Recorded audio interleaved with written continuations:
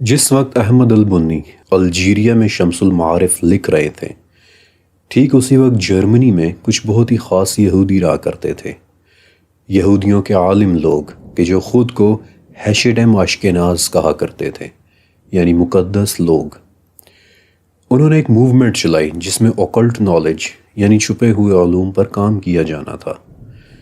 اور ان کا ماننا تھا کہ ہم مٹی کا ایک ایسا پتلا بنا سکتے ہیں کہ جسے زندہ کیا جا سکتا ہے۔ غور سے سنیے گا کیونکہ بڑی ہی دلچسپ بات ہے۔ اور اس پتلے کے لیے انہوں نے توریت کی عبرانی زبان سے ایک لفظ لیا، گولومی، اور توریت میں گولومی کا لفظ انسان کے بے جان جسم کے لیے استعمال ہوا ہے۔ اب ہیشیڈم آف اشکناز نے کہا کہ اگر ہم گولومی کے ماتھے یا اس کے منہ کے اندر ایک خاص لفظ ایمت لکھیں تو یہ زندہ ہو جائے گا، اور جب اسے مارنا ہو تو ایمت کا الف مٹا دیں تو پیچھے میت لکھا رہ جائے گا، کہ جو ایک عبرانی لفظ ہے، اور میت کا مطلب ہوتا ہے موت، یعنی اس پتلے کی موت۔ اب 300 سال تک وہ لوگ اپنے اس اوکلٹ نالج پر کام کرتے رہے، کوئی نہیں جانتا کہ انہوں نے کیا کیا علوم سٹڈی کیے۔ لیکن 300 سال بعد یعنی 1630 میں پولینڈ کے ایک یہودی ربائی نے لکھا کہ کچھ سال پہلے الیاہو نامی ایک ربی گزرا ہے کہ جو ناموں کا ماہر تھا، یعنی علم الحروف کا ماہر تھا، اور اس نے ایک ایسی مخلوق بنائی تھی کہ جو دیکھنے میں ایک انسانی پتلے جیسی تھی، اور اس کے گلے میں ایمت نام کا ایک تعویذ لٹکا ہوتا تھا، اور وہ مخلوق الیاہو کے لیے سخت جانی یعنی محنت والے کام کیا کرتی تھی۔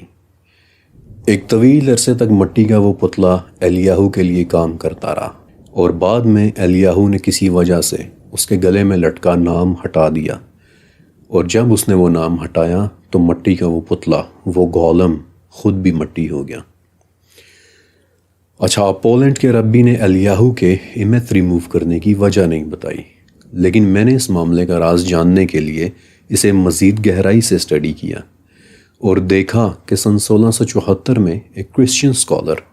کرسٹوف آرنلڈ نے وہ وجہ لکھی ہے، اور اس نے لکھا ہے کہ وہ گولم الیاہو کے لیے محنت والے کام کیا کرتا تھا، لیکن الیاہو نے دیکھا کہ وہ گولم پہلے کی نسبت زیادہ طاقتور اور زیادہ بڑا ہوتا چلا جا رہا ہے، جس پر گھبرا کر الیاہو نے ایمت کے تعویذ کو ہٹا دینا چاہا،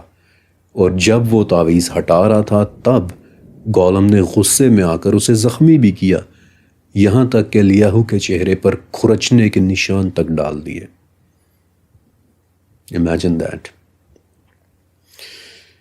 لیکن گولم کا شاید سب سے مشہور ذکر 16ویں صدی کے پراگ میں رہنے والے ایک یہودی ربائی جوڈا لیو کا ملتا ہے، اور یہ واقعہ اس طرح ہے کہ جوڈا نے چیک ریپبلک کے دریا والٹاوا سے مٹی لی اور مختلف منتروں اور ریچولز کی مدد سے ایک گولم تیار کیا، اور ایمت کا نام لکھ کر اس کے منہ کے اندر رکھ دیا، تاکہ پراگ میں رہنے والی یہودی بستیوں پر جو حملے ہو رہے ہیں، جو لوگ یہودیوں کو تنگ کر رہے ہیں، گولم ان سے یہودیوں کی حفاظت کر سکے۔ اور ایک اکاؤنٹ یہ بتاتا ہے کہ رات کے وقت وہ گولم یہودی بستیوں کی گلیوں میں گشت کیا کرتا تھا، تاکہ اس کے ڈر سے تنگ کرنے والے بستیوں سے دور رہیں۔ مگر کچھ وقت بعد ہی وہی گولم ایک یہودی لڑکی سے محبت کرنے لگا، کہ جس کے بعد ربائی جوڈا نے اس کے منہ سے وہ تعویذ نکال کر اس کے مردہ جسم کو پراگ کے اولڈ نیو سینیگوگ کے ایک جنیزہ یعنی تہہ خانے میں رکھ دیا،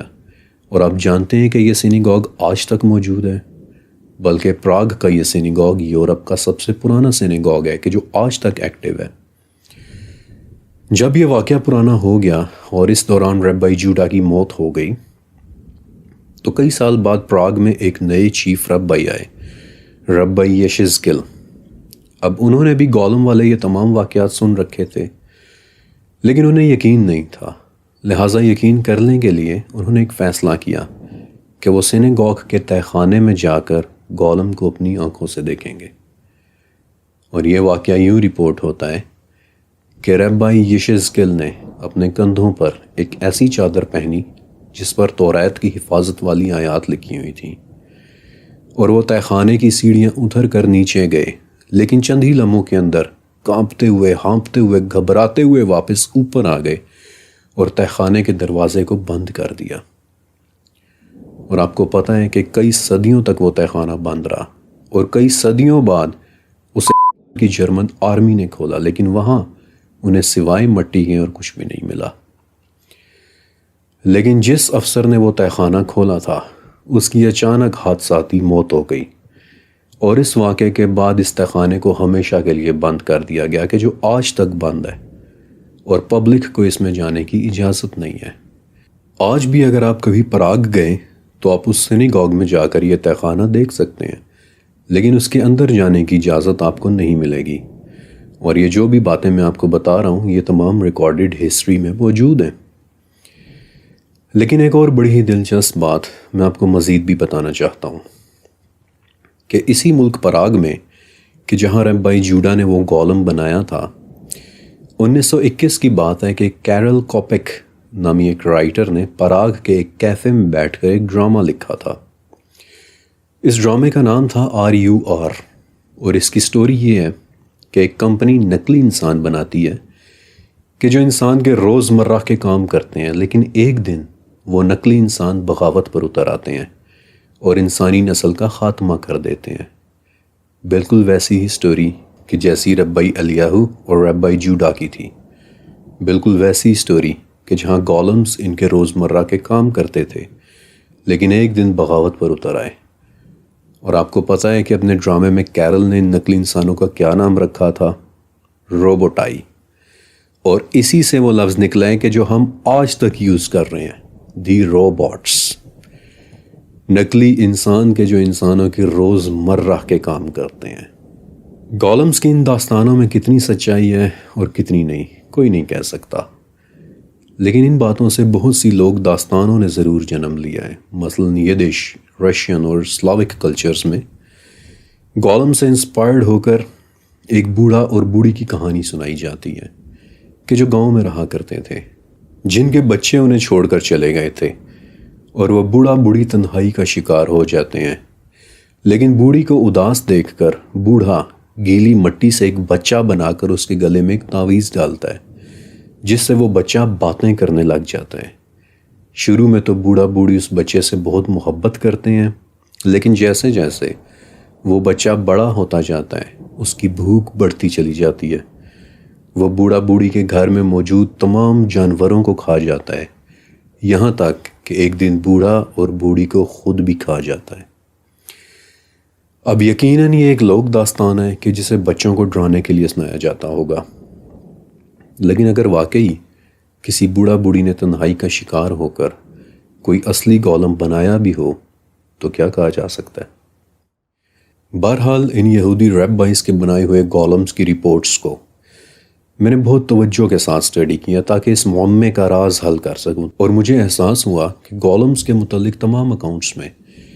ایک بات بہت کامن ہے کہ گولم ایک ان انٹیلیجنٹ قسم کی کوئی چیز ہے۔